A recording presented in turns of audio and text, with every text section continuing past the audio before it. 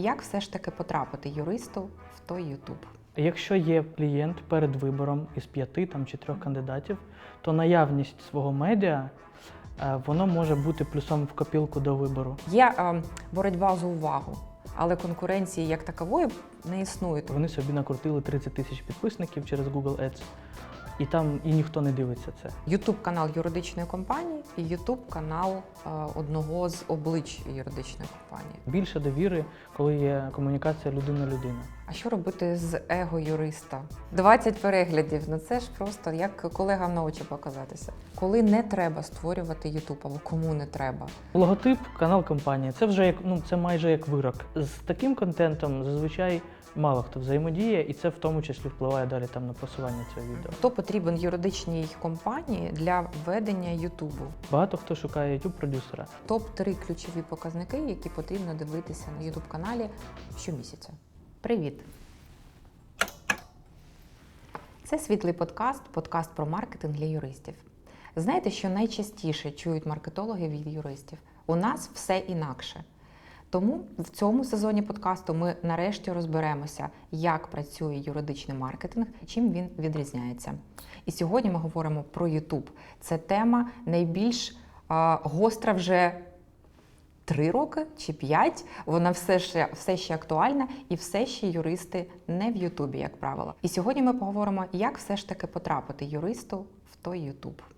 Я Олена Пархоменко, маркетолог для юридичних команд. І сьогодні в мене в гостях Олексій Токовенко, YouTube-продюсер. Олексій – засновник агенції Юта, яка спеціалізується на YouTube для бізнесу та на відеомаркетингу. Все вірно? Все вірно. Привіт. Привіт. Давай, щоб познайомити глядачів з тобою, ми зробимо такий невеличкий бліц, короткі відповіді, якщо можна. Перше. Скільки років ти працюєш з темою Ютубу? Виходить, що свою особисту діяльність я почав у 2016 році, а в форматі агенції з 2021 року. Тобто, грубо кажучи, 9 років і 5 років. Яких клієнтів ти ведеш? Якщо можеш назвати, просто щоб люди розуміли, з якими каналами ти працював. Якщо ні, то просто описати. Якщо це бліц і коротко, можу сказати так, що ось на цю дошку пошани кейсів зазвичай ті потрапляють вже де є що показати. Так? Я можу сказати по напрямкам. Це в основному середні бізнеси, які працюють на B2C.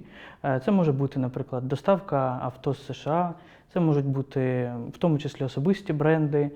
Є, ти знаєш про цей кейс, який поки що не можна розголошувати, також під нашу тему юридичний канал. Є канал, яким я особисто пишаюсь дуже, це канал Радіо Хартія. Чому пишаюсь? Бо він такий суспільно важливий, культурно важливий. Його веде Сергій Жадан із своєю командою. І ми там в ролі продюсерів. Якось так. Угу. А який, ти вже, напевно, відповів на це питання, що про цей останній канал. Може, ще є якийсь проєкт, який тобі запам'ятався, якийсь улюблений, де досягли чогось такого? Мабуть, це канал компанії навчальної GoIT. Вони навчають айтішці. Ми 2,5 роки співпрацювали, і це якраз був 2021 рік, тільки початок розвитку нашої команди. І багато цікавого було, багато досвіду, багато контенту назнімали, мабуть, сотні відео. Тому так, і канал виріс десь плюс 70 тисяч підписників за цей період. Яка найчастіша помилка початківців у веденні Ютуба? Тут коротко дуже важко, але якщо так сформулювати і виокремити щось одне, це, мабуть, очікування швидких результатів. Тобто не тестувати, спробувати якусь одну ідею, не вийшло, все, крапка, YouTube не працює. Ось це максимальна така помилка, а інші можна виправити. А що найскладніше для тих, хто починає ведення Ютубу з твого досвіду? З чим люди стикаються, що прям їм важко? Я думаю, що тут схожа історія. Тут це пов'язано з тим, що вони не тестують і складно прощупати, що саме буде працювати. Тому що коли ти робиш контент розважальний, блогерський, там іде комунікація людина-людина. І там вибудувати ось ці взаємозв'язки, щоб люди писали коментарі і так далі, набагато простіше. І складно досягти цього ж в бізнесовому контенті і нащупати той формат, який буде не надто таким рекламним, а таким, якому люди довіряють, і цей YouTube працює якраз на цілі бізнесу. Я думала, ти скажеш регулярно постити щось, випускати відео. Тобто вже справа техніки, там Ага. вже це тут більш про такі концептуальні речі, скоріше. Да, згодна. Так, ну поїхали. YouTube для юриста. Навіщо він юристу, юридичній команді, юридичній компанії? Таке масштабне питання в нас буде про цілі. Як ти думаєш, від чого залежить успіх на Ютубі і як ти визначаєш цей успіх? Що це таке успіх в Ютубі? Ну тут спочатку задатися цілями, тому що бувають різні цілі, особливо якщо говорити про YouTube для юристів. Це може бути, ну я підозрюю, що ми далі поговоримо про те, що можна розділити на канали команд і канали особистостей, так? То можуть бути цілі, наприклад, розвитку особистого бренду. І тут треба орієнтуватися, як це працює, і вже як ви будете виміряти, чи працює особистий бренд завдяки тому, що ви робите свій YouTube. Чи, наприклад, є цілі там прямі продажі.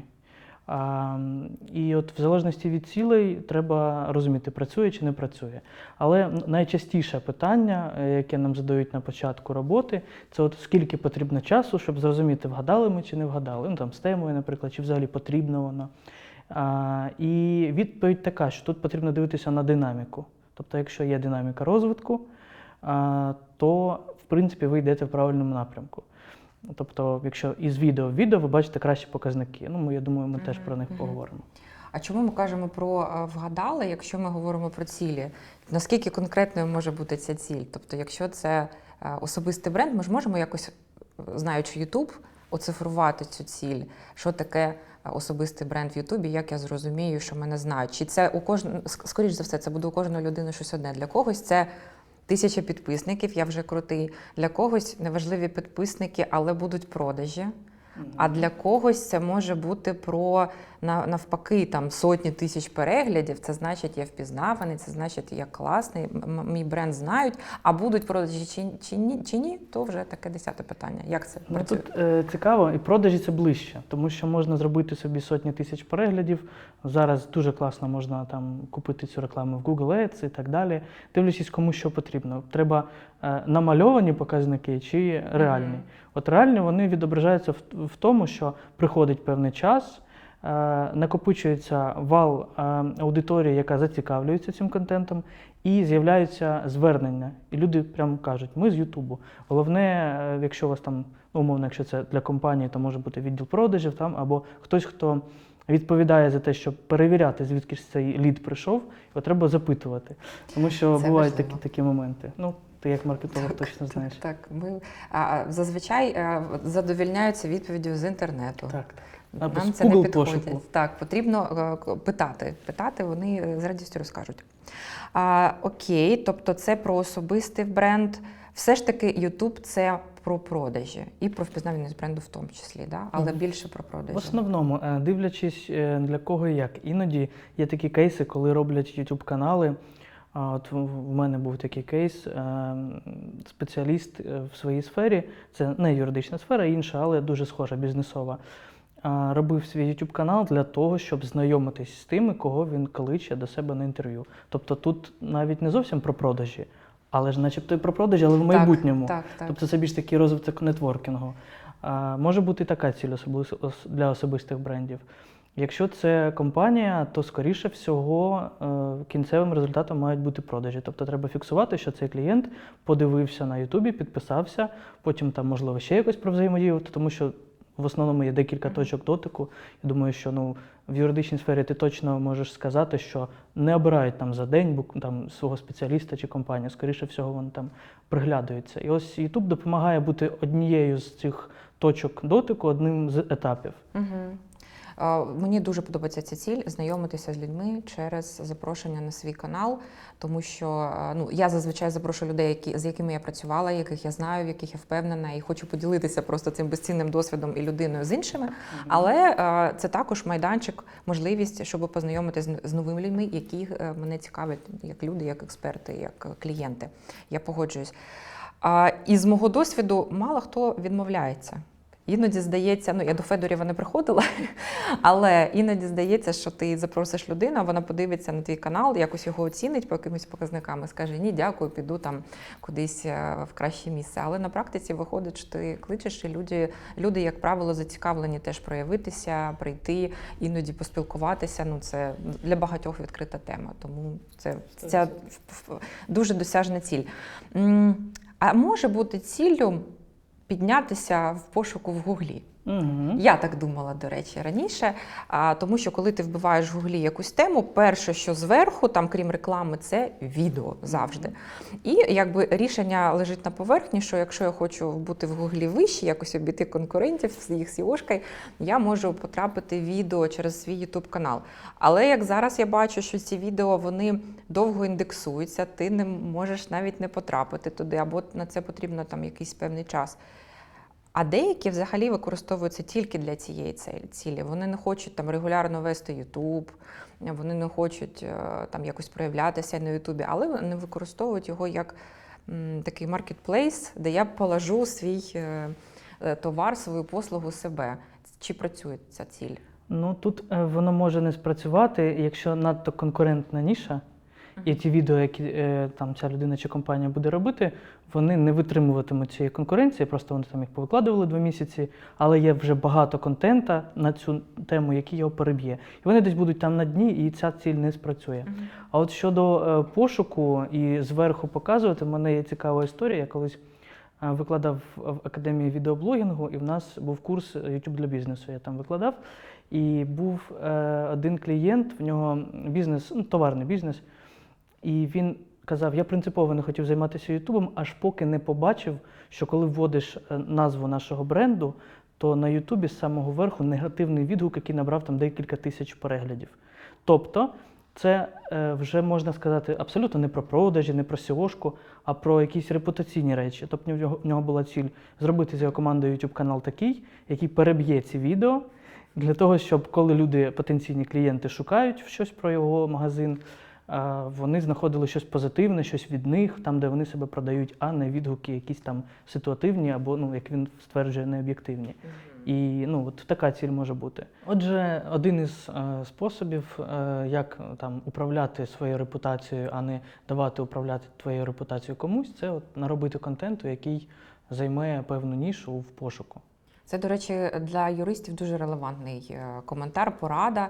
Наприклад, коли юрист стає частиною публічного кейсу клієнта і виходить, може вийти негативний якийсь фідбек від журналістів, від клієнта, від конкурентів на цю тему, то можна перебити такий контент або зробити так, щоб з часом він загубився серед іншого контенту, який вийшов з нашої ініціативи. Так, системною роботою можна зробити там ряд відео, де буде чітко в SEO-шці закладено назву компанії, ім'я людини, про яку йде мова і так далі. І воно з часом, якщо ці відео будуть набирати гарний watch-time, тобто якщо думка просто викласти будь-яке відео, і це спрацює, ні. Треба, щоб ці відео надивилися якийсь період. Тобто відео мають бути релевантні цільовій аудиторії, цікаві. І тоді вони займуть своє місце, і тому що YouTube дуже довго не тримає ті відео, які втрачають актуальність зверху. Він робить там певну ротацію. Тобто, підсумовуючи про цілі юристів на Ютубі можуть бути впізнаваність бренда, це може бути репутаційні цілі, можуть бути цілі продажів, продати якісь послуги, продукти, можуть бути цілі загубити негативний контент про себе серед іншого, і пошукова оптимізація в Гуглі теж може бути як ціль. Так. До впізнаваність бренда я би ще додав лояльність, тому що можна бренд знати, але бути до нього байдужим. Але коли ти системно дивишся відео якоїсь людини, спрацьовує такий ефект, що це вже як твій знайомий. Тобто, умовно, статичні пости або там картинки, якісь каруселі в Інстаграмі, вони не дають такого ефекту. А коли людина систематично, там, умовно, по четвергам чи п'ятницям дивиться твій подкаст, з часом вона розуміє, що в першу чергу в своєму розумінні, знаєш, як в маркетингу кажуть, що треба зайняти якусь нішу. Це дозволяє зайняти нішу в свідомості твого потенційного покупця, клієнта, що ти по цьому напрямку молодець, і до тебе треба звертатися. це увійти як в топ-3, в топ-5 Так, варіацій вибору в його А може голові. навіть топ-1, якщо там людина безумовно тобі довіряє через якийсь час. Ну, я згодна, тому що коли ти читаєш статтю людини, статтю юриста, ну, ти не маєш уяви, що це за людина, наскільки вона тобі підходить. Ну, пише розумні І речі. чи він її писав взагалі? Чи він і писав, ну, як правило, юристи люблять писати статті і ділитися своєю аналітикою, своєю думкою, тут скоріш так. Та коли ми додаємо до цього живу людину у відео, можна почути, як вона розмовляє, як вона думає, як вона виглядає. Ну, всі ці деталі важливі, і, в принципі, можна вже відсіяти людину, що це не моя. Не мій експерт, не моя просто людина. Або цікаво, я можу довірити йому свої питання. Ну, це так, як оживає аватар в твоїй голові. Можемо зробити такий підсумок. Робіть YouTube-канали і так, щоб на вас поставили значок «Моя». Ну, це правда так. Я взагалі вважаю, що конкуренції не існує. Тому що, коли ти починаєш... Є боротьба за увагу, але конкуренції як такової не існує, тому що потім людина стикається з ярликом «моя», мій експерт чи не мій. Так. Да? І потім він спокійно може змінити 5 юристів, 5 тренерів, стилістів, операторів, кого завгодно, поки він шукає свою людину. Але оця боротьба за увагу – це те, що ми робимо в Ютубі і в соціальних мережах. 100%. І тут я ще один би момент додав, ну він, мабуть, теж на бренд працює. Якщо є клієнт перед вибором із 5 там, чи 3 кандидатів, то наявність свого медіа воно може бути плюсом в копілку до вибору саме цієї команди.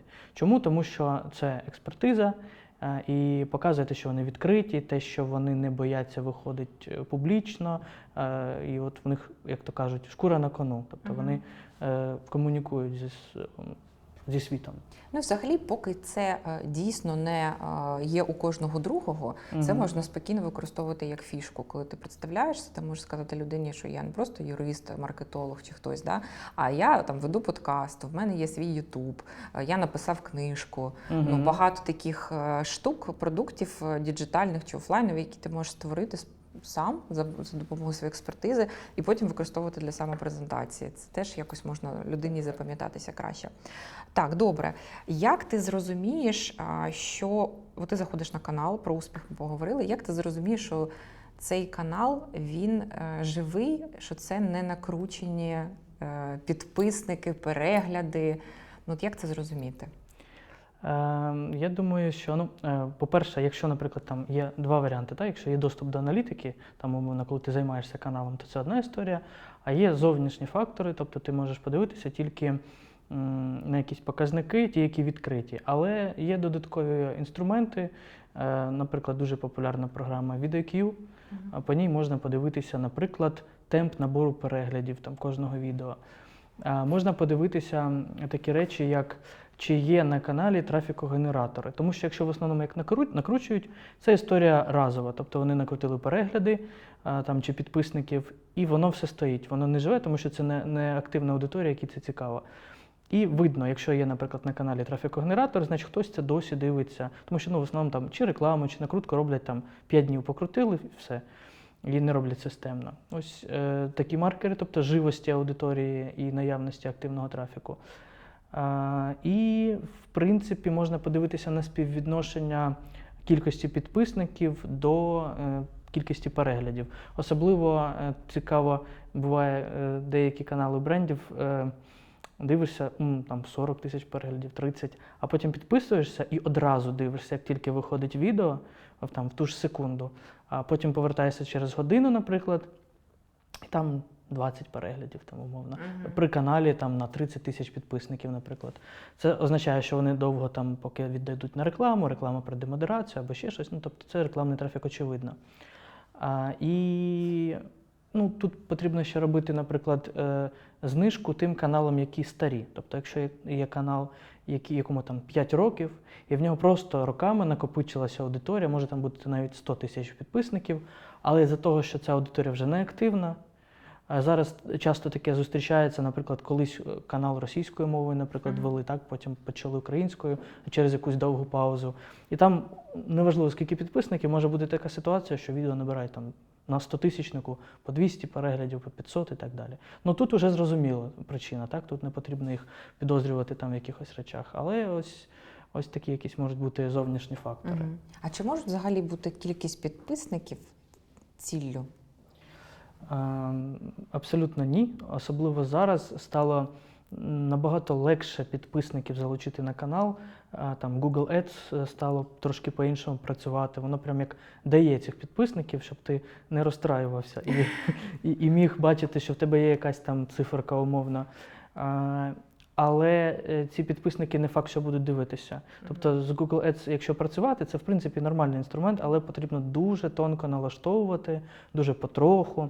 Тому що в мене попадались такі кейси, коли ми приходили на консультацію, і часто це буває не коли тільки придумують ідею, а коли вже щось придумали, спробували, воно провалилося з тріском, і потім вже приходять, як це виправити. І от приходив канал, якому декілька місяців, і вони собі накрутили 30 тисяч підписників через Google Ads, і там і ніхто не дивиться це. Ну там живих там не було, тому що вони є така аудиторія, яка просто підписується, є багато махінацій і так далі. І в цьому немає ніякого сенсу. Тому треба краще довше вибудовувати цей фундамент, але щоб це проходила реально активно зацікавлена аудиторія, яка буде дивитися. Навіть оці там 200-100 переглядів там, чи 500, вони набагато будуть цінніші від реальних людей, чомусь це все просто для галочки. Ну і така сама ситуація з переглядами, з накрученими, правильно? Ну це взагалі такий мовітон у 2025 році, тому що накручувати перегляди просто заради переглядів немає ніякого сенсу. Тобто можна робити ось цю рекламу в Google Ads на правильних підписників або на активність. Тому що, знову ж таки, от я згадував частково, важко бізнесам досягнути контакту ось цієї взаємодії. І теж іноді роблять рекламу для того, щоб прийшли якісь люди, там прокоментували, поділилися і так далі. Це, в принципі, окей, це один із способів просування. Але просто на підписку це не має ніякого сенсу. Маємо сказати, що не потрібно змушувати юристів репостити кожне відео з каналу компанії, тому що це реально псує аналітику і показники. Тобто компанія намагається зробити як краще. Да? У нас багато співробітників, поділимося через них своїм відео, і більше людей його подивиться, і більше людей їм зацікавиться, а виходить навпаки. Тобто люди дивляться, або родичам скидують посилання. Люди, щоб не засмутився той, хто попросив, вони просто заходять на це відео і виходять. І YouTube тоді бачить це, що людина зайшла і вийшла, їй не цікаво це дивитися. І тому він вирішує не пропонувати це відео іншим людям. Правильно? Так, це і на практиці перевірено. Така ситуація теж була. Клієнт вирішив скинути відео в робочий чат, в якому там компанія близько 200 людей, для того, щоб скоріше набрало воно переглядів. У нас там була дискусія з їхнім самим відділом, робити це чи не робити. Я то знаю, що краще не робити, ось по тим причинам, які ти пояснила.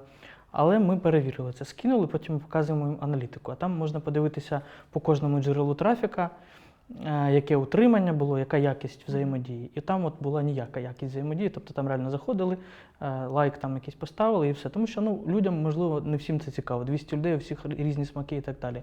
А ще саме головне, що у кожного на Ютубі є свій, він віднесений до певного кластера.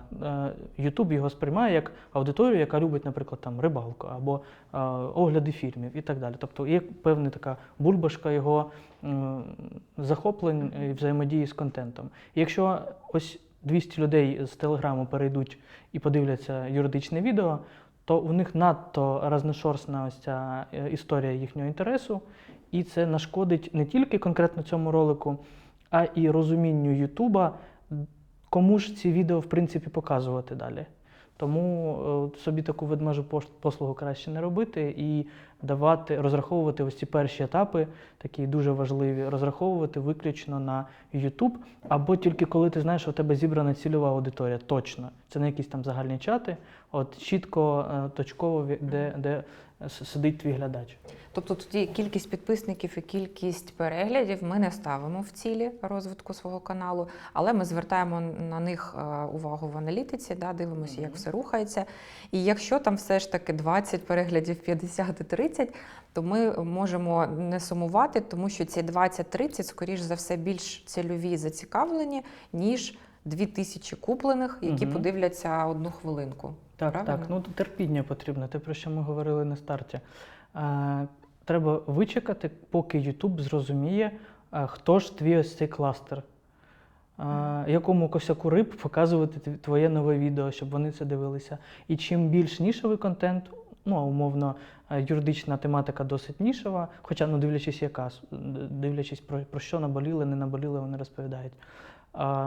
Тут можна довше трошки знаходити цю аудиторію, але коли знайдеш, то в цілому це буде постійна взаємодія, постійний такий приріст. Тому що якщо, наприклад, робити контент на надто широку аудиторію, наприклад, розважальний, то у кожного юзера велика пропозиція. Він заходить на головну і він бачить, тут якийсь там стендап, тут ще щось, і він може вибрати з багатьох варіантів.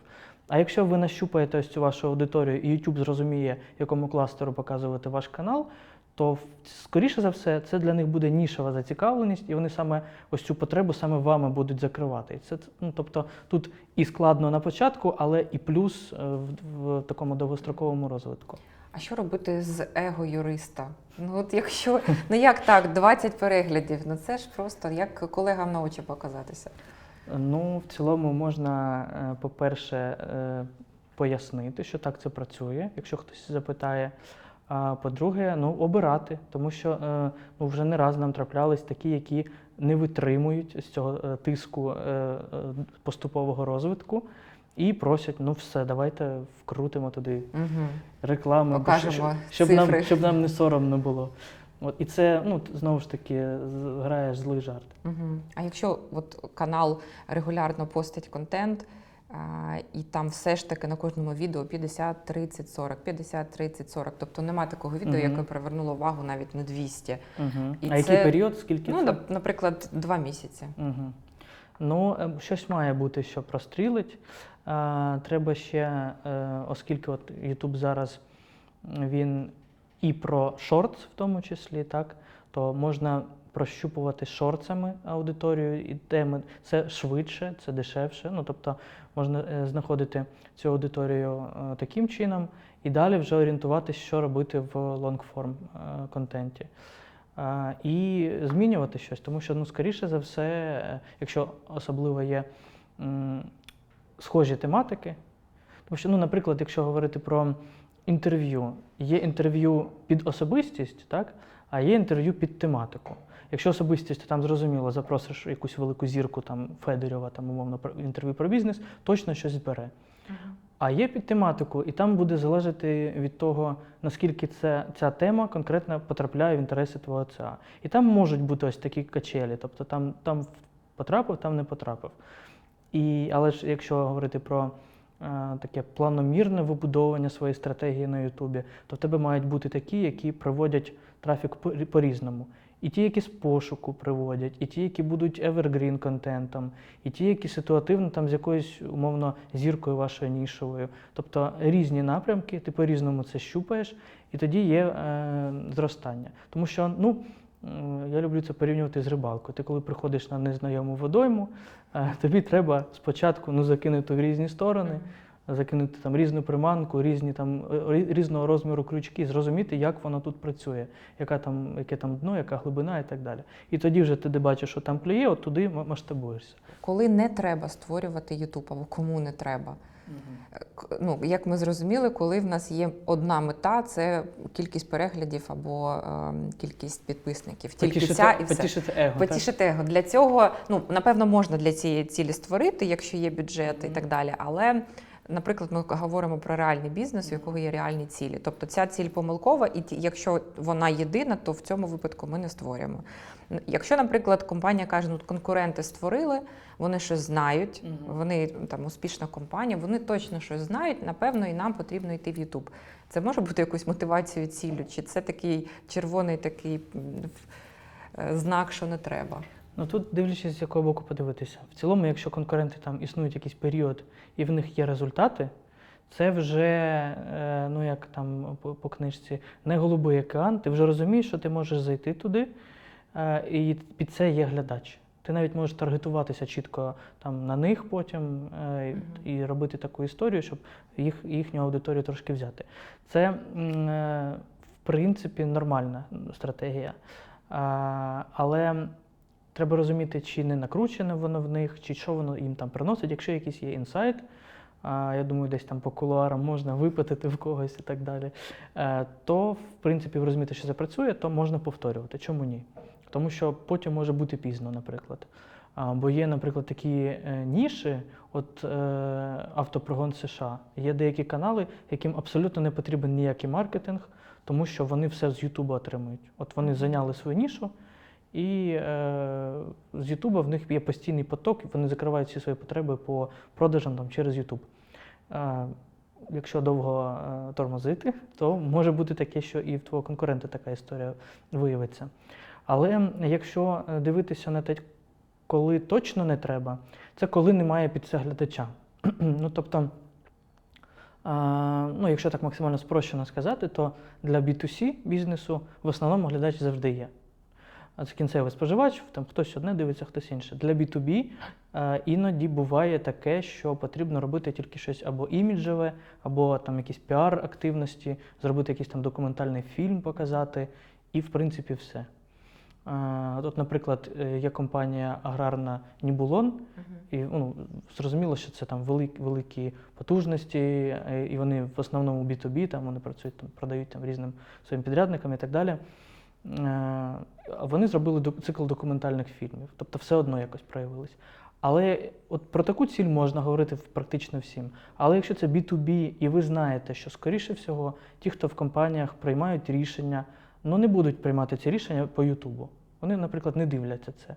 То треба чітко проаналізувати свою цільову аудиторію і вже з розумінням їхніх сценаріїв поведінки з Ютубом, або як вони обирають. Може, вони тільки по тендерам обирають своїх там підрядників і так далі, компаній. І Ютуб, ви молодці, звісно, але це не гратиме ніякої ролі. От в такому випадку, можливо, не потрібно системно робити. Тобто, якщо ринок досить малий, вузький, або якщо ми знаємо, що в цій ніші такі послуги клієнти купують іншим чином, тобто їм не важливий, в принципі, піар і маркетинг, не тільки Ютуб виходить. В цілому так. Але іноді такі компанії, які розуміють, що вони напряму не продадуть, вони заходять з іншого боку. Вони, наприклад, розвивають особистий бренд SEO або власника. Це теж може бути історія для B2B нормальна. А як тоді розділити YouTube-канал юридичної компанії і YouTube-канал одного з облич юридичної компанії? Тому що, як правило, юридична компанія, вона основана на особистих брендах однієї людини або декількох партнерів.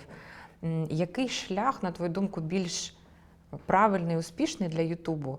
Це взяти канал компанії і розвивати там декілька облич, чи створювати для кожної людини-експерта окремий канал?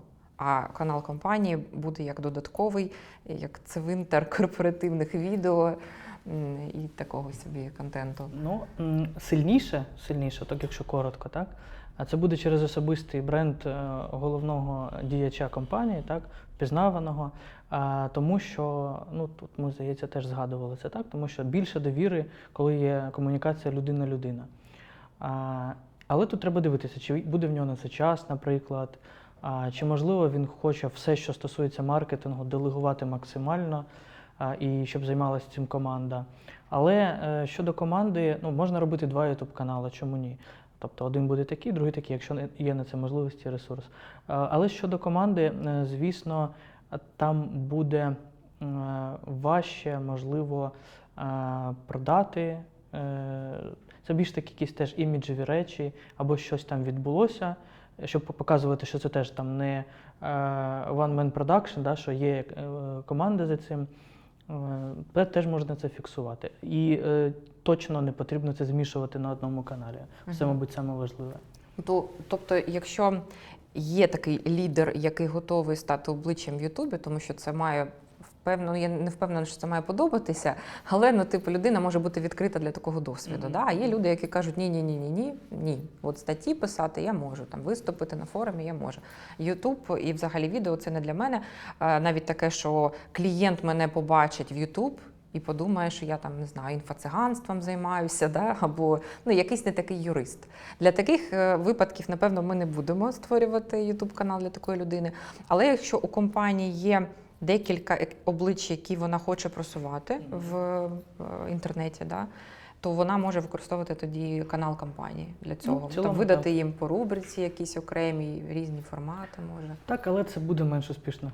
Тому Скоріше що за це все. просто канал Тому що там компанії. логотип, канал компанії. Це вже як, це майже як вирок. І дуже треба постаратися, щоб переломити ось цей таке специфічне відношення. Ага, це канал компанії, зараз мені будуть продавати. Тобто, а воно є. І завжди воно відображається, наприклад, в активності залучення. Тому що якщо говорить якась людина щось від себе, постійно акцентує на особистому досвіді, можуть прийти люди в коментарі і теж поділитися своїм досвідом. Ну, умовно. А так частіше за все буває, що коли робить компанія щось, вона це робить іноді або часто високомірно. Типу, от ми компанія, ми експерти, дивіться, що ми вам тут кажемо, це істина в останній інстанції. І з таким контентом зазвичай мало хто взаємодіє, і це в тому числі впливає далі там на просування цього відео. Я думаю, що це можливо, просто це більше заморочок, да? Більше дій. Тому важче що процес, продуманіше все. Продумати, можливо, цих персонажів, як їх оживити від просто юриста до якогось цікавого лідера думок, який може бути цікавим іншим людям. Так. Да? І треба працювати з ними, щоб вони дійсно перетворювалися в ведучих. Хоча юристи в основному у них з публічними виступами все окей, але треба це так сформувати, щоб вони і в кадрі поводили себе так, як це буде цікаво дивитися аудиторії. А хто потрібен юридичній компанії для ведення Ютубу? От наприклад, в команді, на аутсорсі або в команді, от прям 1, 2, 3 людини, хто це? Тут можна розділити це на таку частину продюсерсько-маркетингову, ідейну, так? Це буде продюсер або проджект-менеджер, можна називати по-різному. Той, хто буде вести цей проєкт і розуміти, як проаналізований цей ринок, що ми знімаємо, які формати. Тобто той, хто обирає взагалі вектор розвитку. Це може бути в цілому маркетолог, в тому числі. І друга частина – це продакшн, тобто ті, хто створюють відео безпосередньо, займаються зйомкою, монтажем, дизайном цього всього, публікацією. Тобто, якщо в такому мінімальному взагалі пакеті, то подальшою історією після створення відео, наприклад, публікацією, оформленням, налаштуванням реклами, іноді теж може займатися ця людина-продюсер. Тобто, коли в штат наймають, часто це буває людина, яка займається багатьма напрямками. Якщо це підрядники, то в основному, там так як у нас, це будуть різні ролі. Це буде хтось займається сценаріями, хтось займається стратегією, і хтось SMM-ник або контент-менеджер, який це публікує, хтось таргетолог.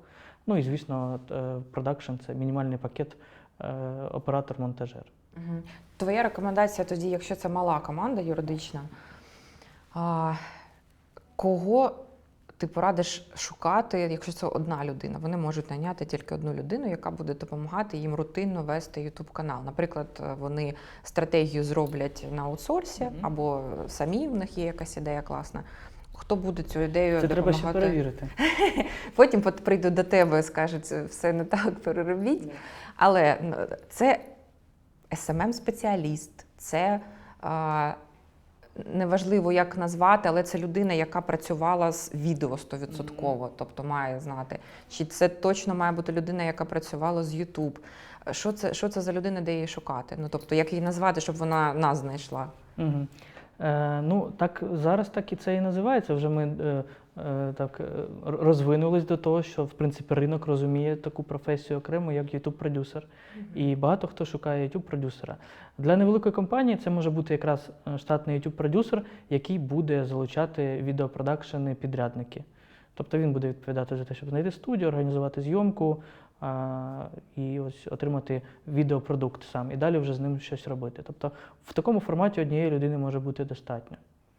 Але часто буває, що наймають ще й собі в штат таку посаду, яка називається оператор-монтажер. Тобто це відеограф, умовно, який робить і те, і те. Коли це робиться? Коли у компанії багато відеозадач. Це може бути окремо від YouTube, ще є що знімати. На якісь курси знімають, ще щось. І вони рахують, що там нам вигідніше мати це в штаті. Зрозуміло, дякую. Твоя порада. Топ-3 ключові показники, які потрібно дивитися на своєму YouTube-каналі щомісяця? Якісь 3 самі основні. Ну тут, мабуть, вони сходяться і щомісяця, і по кожному відео, в принципі, це буде одне і те ж саме. Тому що все інше це ну, такі, скажімо, корисні речі, там, джерела трафіку, аудиторія і так далі, і так далі. Але в основному вона стабілізується тільки на новому каналі, там це потрібно спостерігати, щоб зрозуміти, чи все правильно йде. Далі воно стабілізується і є такі речі, які постійно треба перевіряти. Це в першу чергу час перегляду, тобто ось цей watch time, який накопичує твій канал або накопичує кожне відео. З ним дуже пов'язаний, і його сюди ж додамо, це утримання. Тобто в відсотковому показнику утримання, скільки надивилися твого відео в хвилинах або там в відсотках. Чому це потрібно? Тому що YouTube в першу чергу буде рекомендувати ті відео, які дивляться довго. Тобто, умовно, є якийсь конкурент, який випустив відео, наприклад, на 8 хвилин, і його подивилися 50%. Він приніс Ютубу і собі 4 хвилини перегляду. Ти випускаєш відео на 10 хвилин, і в тебе теж 50% утримання. Ти приніс Ютубу 5 хвилин перегляду. І ти для Ютуба таким чином пріоритетніший. І цей контент, він буде, ну якщо всі інші фактори теж нормально співпали, цей контент, він буде в пріоритеті. Тобто це ось перше, час, скільки надивилися твого відео. Друге, і воно теж, в принципі, не менш важливо, це CTR. Ну, в маркетингу без CTR він всюди. І тут теж є клікабельність, яке співвідношення людей, тих, що побачило твою обкладинку і назву, клікнуло і подивилося це відео. Тобто от цей CTR, він чим вище, тим краще, тобто чим вища клікабельність. І тут на це дуже сильно впливає вже, як оформлене це відео, наскільки воно актуальне, наскільки воно на часі дивитися цим відео. Багато речей. І сама тема, і те, як воно оформлюється, впливає конкретно на цей CTR. І третій показник – це, мабуть, приріст, органічний приріст підписників. Тому що можна дивитися окремо, скільки з реклами прийшло, якщо вона є, і скільки прийшло органіки. Ось ця органіка має зростати.